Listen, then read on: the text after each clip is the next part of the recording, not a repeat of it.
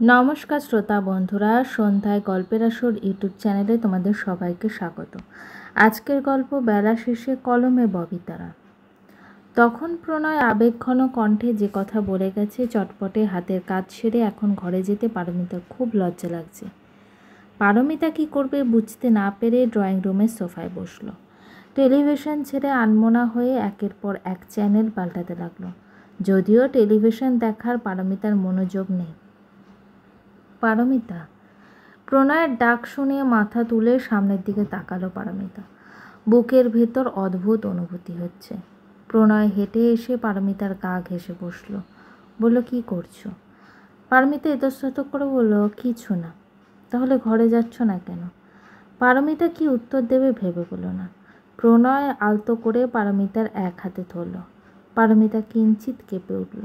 প্রণয় বলল, তুমি কি আমার ওপর এখনও রেগে আছো পারমিতা? পারমিতা প্রণয়ের চোখের দিকে তাকালো, মাথা এপাশ ওপাশ করে ইশারায় না বোঝালো। প্রণয় হাসলো, মুখটা উপরের দিকে তুলে দিয়ে ঘাড়ের সাথে মাথা এলিয়ে দীর্ঘশ্বাস ফেলল প্রণয়। বলল, মিথ্যে বলছো তুমি। পারমিতা মাথা নিচু করে ফেলল। সত্যি প্রণয়ের ওপর এখন আর কোনো অভিযোগ নেই সত্যি বলতে, তবে অভিমান আছে। প্রণয় নিজেকে সামলে নিয়ে বলল, অনেক রাত হয়েছে, শুতে চলো প্লিজ। পারমিতা উঠে দাঁড়ালো। ঠিক সেই মুহূর্তেই পারমিতার হাতে ধরে রাখা ফোনটা তারস্বরে বেজে উঠল। দুজনেই চমকে উঠল, ফোনের দিকে তাকালো। প্রণয় ঘড়ি দেখে বলল, এত রাতে কে ফোন দিয়েছে? ভয়ে ঘামছে পারমিতা। প্রণয় বলল, ফোনটা কেটে যাচ্ছে তো, ধরো, দরকারি ফোনও তো হতে পারে। তবুও ফোনটা রিসিভ করলো না পারমিতা। প্রণয় বলল, ফোনটা আমার হাতে দাও দেখি, এত রাতে কে ফোন দিয়েছে? পারমিতা কাঁপা হাতে ফোনটা প্রণয়ের কাছে দিয়ে দিল। প্রণয় ফোন রিসিভ করে হ্যালো বলার আগে ফোনের অপর পাশ থেকে অনিরুদ্ধ বলল, এতবার ফোন দিচ্ছি, ফোনটা ধরছো না কেন? শুয়ে শুয়ে বরের আদর খাচ্ছ বুঝি? খুব আদর করে নাকি তোমার বর তোমাকে? তাই হয়তো আমার কথা একটু মনে পড়ে না তোমার। প্রণয় হতভম্ব হয়ে গেল। ফোনটা কানের সাথে আর একটু শক্ত করে চেপে ধরে। অবাক দৃষ্টিতে তাকিয়ে রইল পারমিতার দিকে। পারমিতা ইশারায় জিজ্ঞেস করলো, কি হয়েছে? অনিরুদ্ধ বলল, কি হলো, কথা বলছো না কেন পারু? পাশে তোমার বর শুয়ে আছে নাকি? শালা এখনও ঘুমায়নি? তোমাকে বড্ড মিস করছি পারমিতা, তুমি প্লিজ আমার কাছে চলে আসো পারু। গড প্রমিস, সারা জীবন মাথায় করে রাখবো তোমায়। আর কিছু শোনার রুচি হলো না প্রণয়। ফোনের লাইন কেটে দিল। পারমিতার মুখোমুখি দাঁড়িয়ে চোখে চোখ রেখে বলল, তোমার প্রাক্তনের সাথে কতদিন যাবৎ যোগাযোগ রাখছো? অজানা ভয়ে পারমিতার বুকের ভিতর কি যেন কামড়ে ধরল। মুখটা আতঙ্কে একটুখানি হয়ে গেছে, চোখ দুটো ছলছল করছে। জানোয়ারটার কতভাবে পারমিতার গোছানো জীবনটাকে দুর্বিষহ করে দেবে। ও কি একটুও শান্তিতে বাঁচতে দেবে না পারমিতাকে? কথা বলছো না কেন পারমিতা? পারমিতা বুকের ভেতর ভেঙে এলো, দু হাতে মুখ ঢেকে ঝরঝর করে কেঁদে দিল। পারমিতা কান্নার অন্য মানে বের করে প্রণয় বোধহয় ভুল বুঝল পারমিতাকে। দীর্ঘশ্বাস ফেলে বলল, প্রথম বিয়ে বা ভালোবাসা সহজে ভোলা যায় না। অপর পাশে মানুষটা যতই খারাপ হোক, যতই ঠকিয়ে দূরে সরিয়ে দিক, মনের কোথাও না কোথাও মানুষটার জন্য একটা টান কিংবা সফট কর্নার ঠিকই থেকে যায়। পারমিতা শব্দ করে কেঁদে দিল। প্রণয় মলিন কণ্ঠে বলল, তুমি কি এখনও তোমার প্রাক্তনকে ভালোবাসো? পারমিতা কথা বলো না। হয়তো প্রণয়ের কথাটা শুনতেই পায়নি। প্রণয় বলে, ইস, আমি কি বোকা। এখন বুঝতে পারছি যে তুমি কেন আমাদের বিবাহিত সম্পর্কে আগ্রহ দেখাওনি। আসলে এখনও তুমি তোমার প্রাক্তনকে ভুলতে পারোনি, তাই এতদিন আমাকে তোমার কাছে যেতে দাওনি। কেন এমন করলে পারমিতা? লোকটা তো তোমাকে খুব বাজেভাবে ঠকিয়েছে। তারপরও? পারমিতা ফুঁপিয়ে উঠে বলল, আপনি আমাকে ভুল বুঝছেন। প্রণয় রেগে গেল। আচমকা দুহাত দুই কাঁধে চেপে ধরে বলল, তাহলে ঠিকটা তুমিই বলো, কেন ওই লোকটা এত রাতে তোমাকে ফোন দিয়েছে? আমি জানি না। তুমি জানো পারমিতা, শুধু আমাকে বলছো না। প্রণয় পারমিতাকে ছেড়ে দিল। নিজেকে সামলে নিয়ে বলল, অনেক রাত হয়েছে, ঘরে গিয়ে ঘুমিয়ে পড়ো। কথাগুলো বলে প্রণয় চলে যেতে নিল। পেছন থেকে প্রণয়ের শার্টের কোণা টেনে ধরল পারমিতা। প্রণয় দু চোখ বুজে ফেলল। পারমিতা কয়েক পা হেঁটে এসে প্রণয়ের মুখোমুখি দাঁড়ালো। বলল, আপনি আমাকে ভুল বুঝে এভাবে চলে যেতে পারেন না। লোকটা বেশ কিছুদিন যাবৎ আমাকে ডিস্টার্ব করছে। মিথ্যে বলো না, সত্যি বলছি। তুমি আমার স্ত্রী, তোমার ভালো মন্দ দেখার দায়িত্ব আমার। কথা ছিল অতীতে আমাদের জীবনে যা কিছুই হয়ে যাক না কেন, বর্তমানের কোনো কথা আমরা একে অপরের কাছ থেকে কখনো গোপন রাখবো না। একটা লোক তোমাকে বেশ কিছুদিন যাবৎ ডিস্টার্ব করছে, অথচ আমি তোমার হাজব্যান্ড। সবার আগে কথাটা আমার আগে জানা উচিত ছিল। আমি কিছুই জানি না কেন, মানে আমাকে কিছু বলোনি কেন আগে? বলিনি তার কারণ কি পারমিতা? এখনও ভালোবাসো তুমি তোমার প্রাক্তনকে? চুপ করুন আপনি।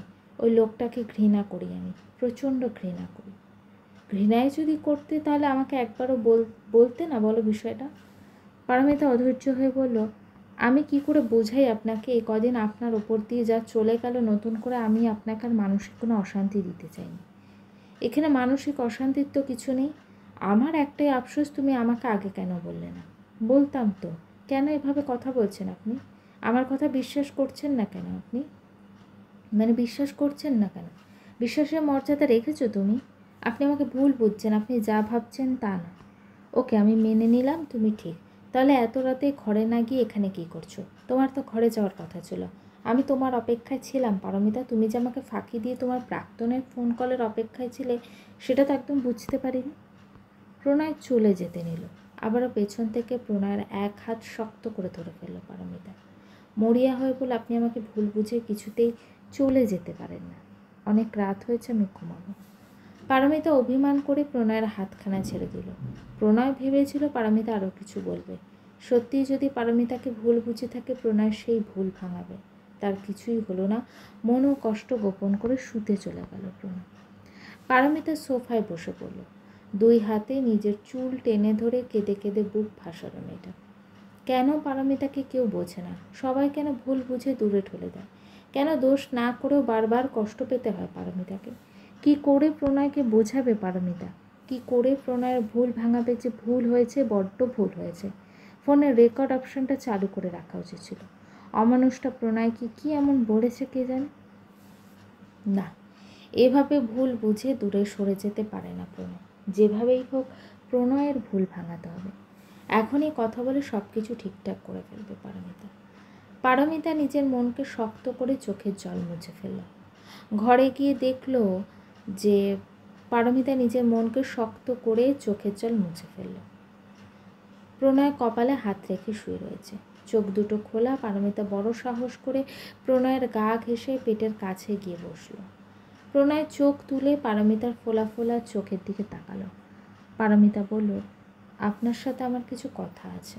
আগামীকাল শুনবো তোমার কথা। আমার সকালে ডিউটি আছে। পারমিতা জেদি কণ্ঠে বলল, সারা রাত লাগবে না আপনার সাথে কথা বলতে, জাস্ট 10 মিনিট কথা।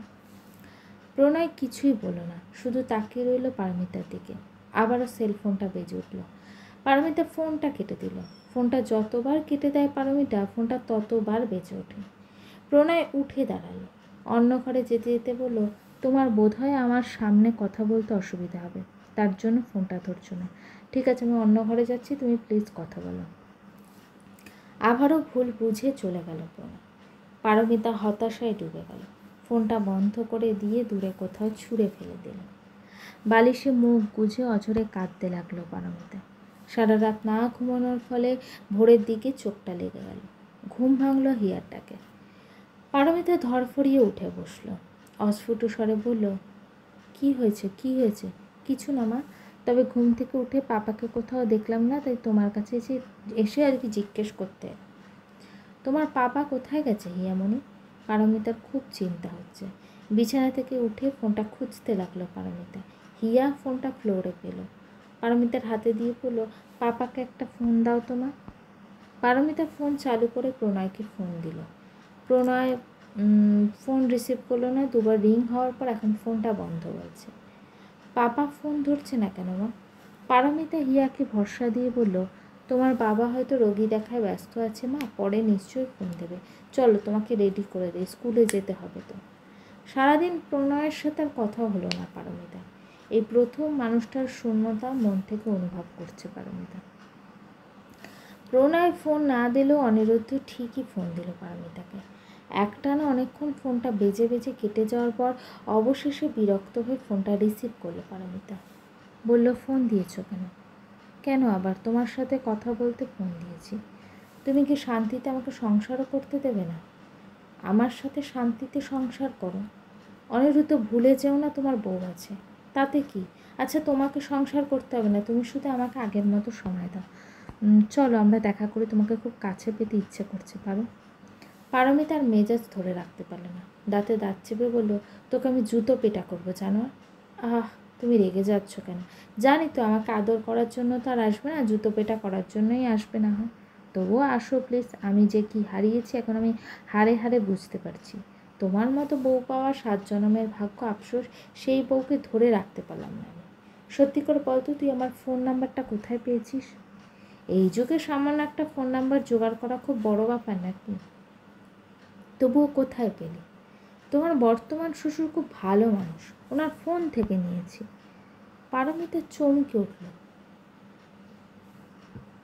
অস্ফুট স্বরে বলল, তোর ওনার সাথে পরিচয় হলো কিভাবে? এত কিছু তো বলা যাবে না, আগে বলো তুমি আমার সাথে দেখা করবে কিনা। পারমিতা দীর্ঘশ্বাস ফেলেই নিজেকে সামলে নিল, বলল, ওকে এত করে বলছো, অবশ্যই দেখা করবো। তার আগে তোমার ফেসবুক আইডি থেকে আমাকে একটু নক দাও। তোমার আইডির নাম কি? পারমিতা। হঠাৎ ফেসবুক থেকে নক দিতে বলছো কেন? তুমি চাইলে তো হোয়াটসঅ্যাপে কথা বলতে পারি আমরা। তুমি ফেসবুক থেকে নক দাও। আচ্ছা, ফোন রাখো, দিচ্ছি। একটু পরে অনিরুদ্ধ পারমিতাকে ফ্রেন্ড রিকোয়েস্ট পাঠিয়ে হাই লিখে নক দিল। পারমিতা অনিরুদ্ধর প্রোফাইলে ঢুকে সারা প্রোফাইল চষে ফেলল। সারা প্রোফাইল জুড়ে ওদের কাপেল ছবি, ওদের হাসি খুশির ছবি দেখে মনে হচ্ছে অনিরুদ্ধর মতো সুখী মানুষ এই দুনিয়ায় দুটো নেই। বউটাও কপাল গুনে এরকম বর পেয়েছে। অনিরুদ্ধর বইয়ের নাম দিশা। প্রায় সব জায়গায় বউকে মেনশন করে ছবি ক্যাপশন সহ পোস্ট করা। পারমিতা দিশার আইডিতে নক দিল, অনিরুদ্ধর ব্যাপারে অনেক কিছু লিখে মেসেজ সেন্ড করে রাখলো। আর অনিরুদ্ধর মেসেঞ্জারে ইচ্ছে করে লিখলো, তুমি আমার সাথে আলাদা করে সময় কাটাতে চাও কেন অনি? তোমার বউ তোমাকে ভালোবাসে না? অনিরুদ্ধ লিখল, ভালোবাসার মানে তো ও আর কি বোঝেই না। বিয়ের পর একদিনও মানসিক শান্তি পায়নি, সারাক্ষণ ঝগড়া অশান্তি লেগেই থাকে। সবচেয়ে বেশি বিরক্ত লাগে, শুধু বলে এটা নাই ওটা নাই। আমার বউয়ের খুব লোভ। তাছাড়া বিছানায় গেলে গুই সাপের মতো শুয়ে থাকে, না শারীরিক শান্তি দেয় আমাকে আর না মানসিক শান্তি। ওর মতো ডাইনি ঝগড়ুটে বেয়াদব মহিলা আমি জীবনে দুটো দেখিনি পারি। তাছাড়া তোমাকে প্রচণ্ড মিস করি, তোমাকে হারিয়ে তোমার গুরুত্ব বুঝেছি। তুমি কতটা জুড়ে ছিলে আমার জীবনে, তোমার সাথে প্রতিটা রাত কাটানোর দৃশ্য মনে পড়লে আবেগে ভেসে যাই আমি। তোমাকে কাছে পেতে ইচ্ছে করে, আদর করতে ইচ্ছে করে। পারমিতার গা গুলিয়ে উঠল। কথা বলার রুচি হচ্ছে না, তবু উপায় নেই। নরম স্বরে কথা চালিয়ে গেল আর ফটাফট ওদের কথোপকথনের স্ক্রিনশট নিয়ে রাখলো। তারপর কড়া কণ্ঠে অনিরুদ্ধকে লিখল, তোকে আমি ঘৃণা করি জানো? তুই আমার স্বামীকে ভুল বুঝিয়ে আমার সংসারে অশান্তির কারণ হয়েছিস। এখন দেখ কি করি আমি, আগুন লাগিয়ে দেবো তোর সংসারে। অনিরুদ্ধ বুঝতেও পারল না যে এত মিষ্টি সুরে কথা বলতে বলতে হঠাৎ পারমিতা অগ্নিমূর্তি ধারণ করলো কেন। বলল, কি হয়েছে তোমার পারো, এভাবে কথা বলছো কেন? কি হয়নি তাই বল। তুই আমার জীবনে আসার পর থেকে এখনো পর্যন্ত আমার জীবনটাকে পুরো নরক বানিয়ে রেখেছিস। একটা দিনও মানসিক শান্তিতে বাঁচতে দিসনি আমাকে। 0178899 এটা আমার বরের নাম্বার। আমার বরকে ফোন দিয়ে বলবি তুই আমাকে মানসিক টর্চার করিস এবং আমি তোকে প্রচণ্ড ঘৃণা করি। কথাগুলো বলে অনিরুদ্ধকে কোনো কথা বলার সুযোগ না দিয়ে ব্লক লিস্টে ফেলে দিল। তারপর অপেক্ষা করতে লাগলো দিশার মেসেজের রিপ্লাই। পারমিতা নিরাশ করলো না। প্রায় 2 থেকে 3 ঘন্টার পর দিশা মেসেজে রিপ্লাই দিল। লিখলো, আপনি কে? অনিরুদ্ধকে কিভাবে চেনেন? পারমিতা লিখলো, আশেপাশে অনিরুদ্ধ আছে? না। তাহলে কল দিয়ে আপনাকে, মেসেজে এত কথা বলা যায় না। আর তার আগে কিছু কল রেকর্ড ও স্ক্রিনশট দিয়ে এগুলো আগে পড়ে নিন। পারমিতা গতকাল রাতে প্রণয়ের সাথে ভুল বোঝাবুঝির পর থেকে কল রেকর্ড অপশনটা অন করে রেখেছিল। ফোনে যা কথা হয়েছে এবং মেসেজে যা যা কথা হয়েছে সব কিছু পাঠিয়ে দিল দিশার মেসেঞ্জারে। দিশা বোধহয় বাকরুদ্ধ হয়ে গেল। ও ভাবতেই পারেনি অনিরুদ্ধ ভালোবেসে বিয়ে করার পর দিশার সাথে চিট করবে। দিশাও জানতো না পারমিতার সাথে এখনও সম্পর্ক রাখার জন্য মরিয়া হয়ে উঠেছে অনিরুদ্ধ, অথচ ওরা সবাই পারমিতার নামে সারাক্ষণ গসিপ করে। প্রায় অনিরুদ্ধ বলে পারমিতা অত্যন্ত লোভী, নাটকবাজ ও বহু পুরুষে আসক্ত একটা মেয়ে ছিল। ওদের বিয়ের আগে কতজনের সাথে পারমিতা রাত কাটিয়েছে তার কোনো হিসাব নেই। অনিরুদ্ধ সব কিছু জেনে শুনে ওকে ছেড়ে দিয়েছে, অথচ এখন পারমিতার সাথে কথা বলে মনে হচ্ছে ঘটনা উল্টো। এমন যদি সত্যি সত্যিই হয়, মেরে ফেলবে অনিরুদ্ধকে দিশা, তারপর নিজে মরবে। দিশা এতটাও মহান না যে দিশার এতদিনের বিশ্বাস ভরসা সব যেন এক নিমিষেই শেষ হয়ে গেল। এত বড় প্রতারণা কিছুতেই মেনে নিতে পারছে না দিশা। ইস, কি অভিনয়! অথচ এতদিন জানতো যে পারমিতা নামের মেয়েটাই খারাপ ছিল, যার জন্য ঘরের বউ থাকতেও মানসিক শান্তির জন্য দিশার কাছে যেত। যদিও দিশা আগে জানতো না, অনিরুদ্ধ ঘরের বউ থাকতে দিশার সাথে প্রেমের সম্পর্ক করে তুলেছে। শুধু জানতো বউয়ের চরিত্র খারাপ দেখে বিয়ের কিছুদিন পর ছেড়ে দিয়েছে, তারপর দিশার সাথে রিলেশন করেছে। দিশাকে প্রমাণস্বরূপ সব কথা খুলে বলল পারমিতা। এও বলল যে পারমিতার বিবাহিত জীবনে অনিরুদ্ধ খুব অশান্তি করছে, ওদের স্বামী স্ত্রীর মাঝে এই নিয়ে ভুল বোঝাবুঝি চলছে। দিশা যেন নিজের স্বামীকে বেঁধে রাখে, না হলে অনিরুদ্ধর নামে মামলা দিতে বাধ্য হবে পারমিতা। প্রণয় এলো অনেক রাতে। ঘরে এসে দেখলো হিয়া বা পারমিতা কেউই ঘরে নেই। হাত মুখ ধুয়ে ঘরে এসে কিছুক্ষণ বসে রইল, তারপর উঠে গেল পাশের ঘরে। ঘরের দরজা ভেতর থেকে আটকানো, দরজায় ধাক্কা দিল। নিচু কণ্ঠে বার কয়েক পারমিতাকে ডাকল। পারমিতা সাড়া দিল না। প্রণয় দীর্ঘশ্বাস ফেলে ঘরে গিয়ে শুলো। আশ্চর্যজনকভাবে রাতে ঘুম হলো না প্রণয়ের। বেশি খারাপ লাগছে পারমিতার জন্য। ইস, অন্যের কথা না শুনে পারমিতার কথা শোনা উচিত ছিল, তাহলে তার শুধু শুধু ভুল বুঝতো না পারমিতাকে। ওরই বা কী দোষ? অত রাতে অনিরুদ্ধ ফোন দিয়ে যেভাবে কথা বলছিল, প্রণয়ের জায়গায় অন্য কেউ থাকলে পারমিতাকে সে ওর ভুল বুঝত। প্রণয়ের আজ বাড়িতে আসার ইচ্ছে ছিল না, ডিউটি শেষে বিশ্রাম নিচ্ছিল। রাতটা চেম্বারেই কাটিয়ে দেওয়ার ইচ্ছে, তখনই উড়ো ফোন কলটা এলো। ফোন রিসিভ করে বাকরুদ্ধ হয়ে গেল প্রণয়। অনিরুদ্ধ ফোন দিয়েছে এবং মুখে যা আসছে তাই বলছে পারমিতার নামে। যে মানুষটা একদিন আগেও পারমিতাকে ভালোবাসার কথা বলছিল, পারমিতার সাথে থাকার কথা বলছিল, সেই মানুষটা পারমিতার নামে কতগুলো কুৎসিত কথা বলে ফোন রেখে দিল। প্রণয়ের মস্তিষ্ক যখন ফাঁকা ফাঁকা, ভাবনাগুলো উলট পালট, তখনই পারমিতার দুটো কল রেকর্ড এবং কতগুলো স্ক্রিনশট পাঠালো।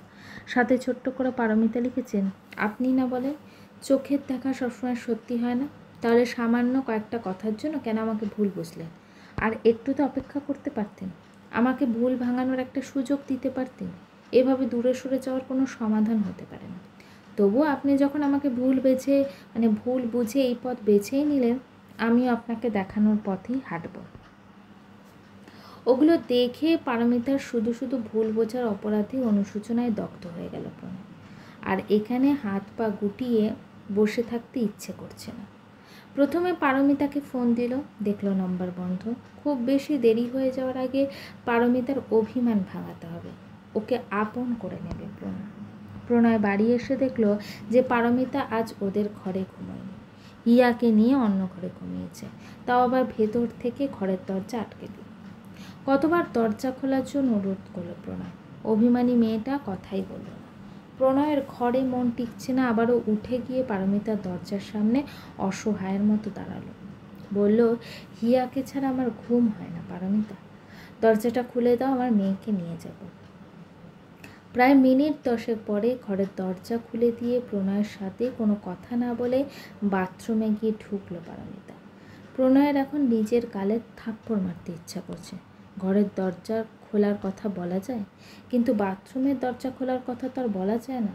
উফ, এত অভিমান মেয়েটার! একটা ভুল না হয় প্রণয় করেই ফেলেছে, ক্ষমা চাওয়ার তো সুযোগ দেবে। অনেকক্ষণ পর বাথরুম থেকে বের হয়ে পারমিতা দেখলো ঘরটা ঘুটঘুটে অন্ধকার। পারমিতা ঘরের লাইটটা জ্বেলে দিয়ে ঘরের দরজা ভেতর থেকে বন্ধ করে দিয়ে সামনে ঘুরে চমকে উঠল। বিছানায় হিয়া নেই, অথচ প্রণয় সিঙ্গেল সোফায় পা তুলে বসে আছে। পারমিতার চোখে চোখ পড়তেই হেসে ফেলল প্রণয়। পারমিতার খুব রাগ হয়ে গেল, কোনো কথা না বলেই চলে যেতে নিল। প্রণয় চট করে উঠে এসে পিছন থেকে পারমিতার এক হাত ধরে ফেলল। মাথা পেছন থেকে ঘাড়ের সাথে এলিয়ে দিয়ে দু চোখ বুজে ফেলল পারমিতা। ক্লান্তি অবসাদে শরীর মন ছেয়ে আছে, মনটা খুব অশান্ত। প্রণয় কয়েক পা হেঁটে এসে পেছন থেকে আচমকা জাপটে ধরল পারমিতাকে। পারমিতার ঘাড়ে মুখ গুজে দিল। পারমিতার সারা শরীর অবশ হয়ে আসছে, হাতে পায়ে শক্তি নেই। প্রণয় পারমিতার উন্মুক্ত ঘাড়ে ঠোঁট ছুঁয়ে গাঢ় কণ্ঠে বলল, সরি বউ। আবেশে কেঁপে উঠল পারমিতা। সেই সাথে অঝরে নিঃশব্দে চোখের জল দিয়ে নোনা জল গড়িয়ে পড়ল। পারমিতা হাত দিয়ে চোখের জল মুছে ফেলল, অভিমানী কণ্ঠে বলল, ছাড়ো। প্রণয় আরে একটু শক্ত করে জড়িয়ে ধরে জেদি কণ্ঠে বলল, ছাড়ব না, আমি ঘুমাবো। সরি তো, আমি আগামীকাল সকালে মাসির কাছে চলে যাব। প্রণয় পারমিতাকে নিজের দিকে ঘুরিয়ে নিয়ে বলল। পারমিতার গাল দুটো হাতের আজলায় তুলে ধরে চোখে চোখ রেখে বলল, কোথায় যাবে বললে? মাসির কাছে চলে যাব। তুমি চলে গেলে আমাদের কি হবে? পারমিতা উত্তর দিল না। প্রণয় বলল, কোথাও যেতে দেবো না তোমাকে, আমি যাব। হিয়া তোমাকে ছেড়ে থাকতে পারবে না, দরকার হলে হিয়াকে সাথে নিয়ে যাবে। প্রণয় হেসে ফেলল। পারমিতা নাকে নাক ঘষে বলল, তোমরা চলে গেলে আমার কি হবে? কেন আপনি আরেকটি বিয়ে করবেন? প্রণয় আহত স্বরে বলল, নিজেও ভালোবাসো না আমাকে, আমাকেও ভালোবাসতে দাও না, কাছেও যেতে দাও না, শুধু উল্টোপাল্টা কথা বলে আমাকে কষ্ট দাও। আর কষ্ট সহ্য করবো না আমি, আমার অধিকার আমি আদায় করে নেব। দেখব তুমি কিভাবে ছেড়ে থাকো আমাকে। প্রণয় পারমিতাকে আরও কাছে টেনে নিল। পারমিতার ঠোঁটে সময় নিয়ে চুমু এঁকে দিল। পারমিতা অধৈর্য হয়ে বলল, ছাড়ো, ছাড়ুন বলছি, আমি হিয়ার কাছে যাব। প্রণয় পারমিতার গলায় মুখ ডুবিয়ে দিয়ে কারো কণ্ঠে ফিসফিস করে বলল, আগে মেয়ের পাপাকে খুশি করো, তারপর মেয়ের কাছে যাবে। আমি কিন্তু চিৎকার করবো এখন। প্রণয় চট করে পারমিতাকে কোলে তুলে নিল। বিছানায় যেতে যেতে এক চোখ টিপে বলল, যত খুশি করো চিৎকার, আই ডোন্ট কেয়ার। পারমিতা হাত পা ছুটতে ছুটতে লজ্জায় প্রণয়ের বুকে মুখ লুকালো।